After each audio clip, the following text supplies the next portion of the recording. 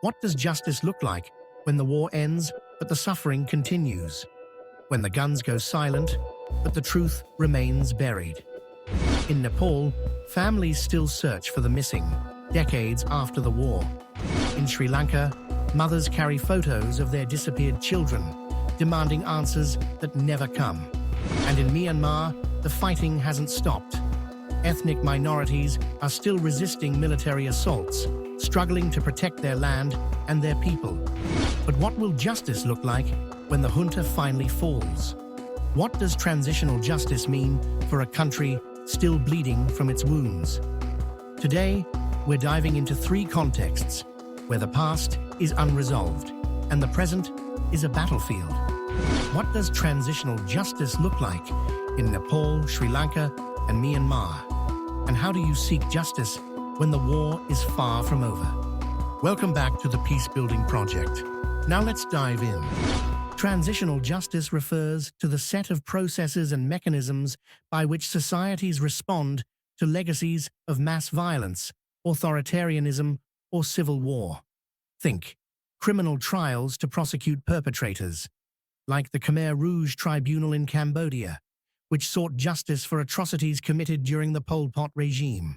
The ECCC has so far detained and charged the following persons: Gengek Yu, alias Duk, Deputy Chairman and later Chairman of S21; Nun Chia, Deputy Secretary of the Communist Party of Kampuchea; Khieu Samphan, Head of State during Democratic Kampuchea; Ieng Sary, former Deputy Prime Minister in charge of Foreign Affairs; and Ieng Thierit, former Minister of Social Affairs. Truth commissions to uncover what really happened, such as South Africa's Truth and Reconciliation Commission, which gave both victims and perpetrators a platform to speak after apartheid. This process is not about pillorying anybody. A pack of lies has been told to this committee. It's ultimately about getting the truth so that we can help to heal, and also so that we may know what to avoid in the future. Reparations to restore dignity and rights to victims, like in Colombia, where the government has distributed compensation and services to victims of armed conflict. For the first time, FARC rebels say they're willing to use their assets for the reparation of the victims, and say they will work with the government to improve the regions most affected by the conflict. Institutional reforms to prevent recurrence, seen in Timor-Leste, where post-conflict focused on reforming the police sector to promote accountability and rebuild public trust. Primeiro é a área planeamento estratégico. Apoio às serviços na que agora PNTL reúna plano estratégico anual. And community-based or restorative approaches, like Gacaca courts in post-genocide Rwanda, where local communities resolved cases involving low-level genocide crimes to promote reintegration. Rwanda's unique Gacaca courts helped her come to terms with what happened. Gacaca has cleared a lot of confusion because I was guessing who killed my child. In the court, someone came and testified he was the one. He remembered me with my baby on my back and cutting me with a machete. He came to my house to ask for forgiveness. At its best, transitional justice is not just about punishing the guilty, it's about rebuilding societies. But theory and practice rarely align. Let's begin with Nepal. In 2006, Nepal emerged from a decade-long civil war. Over 17,000 lives lost. Thousands disappeared. The Comprehensive Peace Agreement promised victims truth and justice. Two commissions were set up in 2015. The Truth and Reconciliation Commission, and the Commission on the Investigation of Enforced Disappearances. But a decade later, not a single case has led to prosecution. More than 60,000 complaints were filed, and yet no meaningful redress. In the 10 Years' War, my sister was raped and killed by the then Royal Nepalese Army. My brother was killed by the state, and my sister's daughter was arrested and killed by the army. Why the delay? Let's look at three factors. 1. Political parties, including former Maoist combatants, fear prosecution. 2. The commissions are underfunded and politically influenced. And 3. Victims' groups were largely sidelined in the drafting process. Scholar Martina Fisher calls it a top-down, technocratic model that failed to resonate with people's needs. Justice without participation is performative, and in Nepal, truth remains a hostage to politics. Now let's head over to Sri Lanka. In 2009, Sri Lanka declared victory over the Tamil Tigers, ending nearly 3 decades of civil war. But for many Tamil civilians, the war never really ended.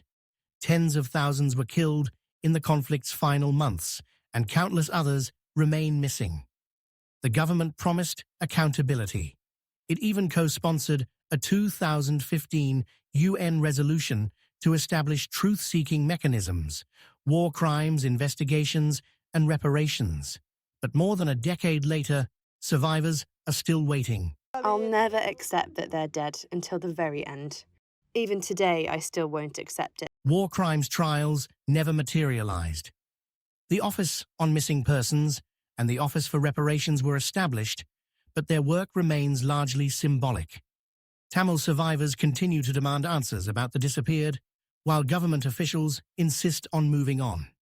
Adding to that, Sri Lanka's current administration has doubled down on Sinhala Buddhist nationalism, silencing dissent and dismissing war crimes allegations as foreign interference. And as ethnic tensions remain unaddressed, the risk of re-escalation lingers beneath the surface. Sri Lanka shows how peace without accountability can become a fragile and temporary victory, leaving victims to carry the burden of the past alone. Myanmar is still at war with itself. The 2021 coup threw the country into chaos, arrests, executions, and a brutal crackdown on dissent. But the violence didn't start there. Ethnic minorities like the Rohingya, Arakanese, Kachin, Karen, Karenni, Shan, Mon, and Chin have faced decades of systematic violence. The 2017 Rohingya genocide is only the most visible atrocity in a long list of state-perpetrated crimes. But what if the junta falls tomorrow? What would justice look like in a post-coup Myanmar? Drawing lessons from Nepal's delays and Sri Lanka's denials, a meaningful transitional justice process in Myanmar would need to be community-driven and radically inclusive. A National Truth Commission focused on documenting atrocities in Arakan, Kachin, Karen, and other ethnic areas. Unlike Nepal, it must be independent and inclusive, allowing space for survivors' voices.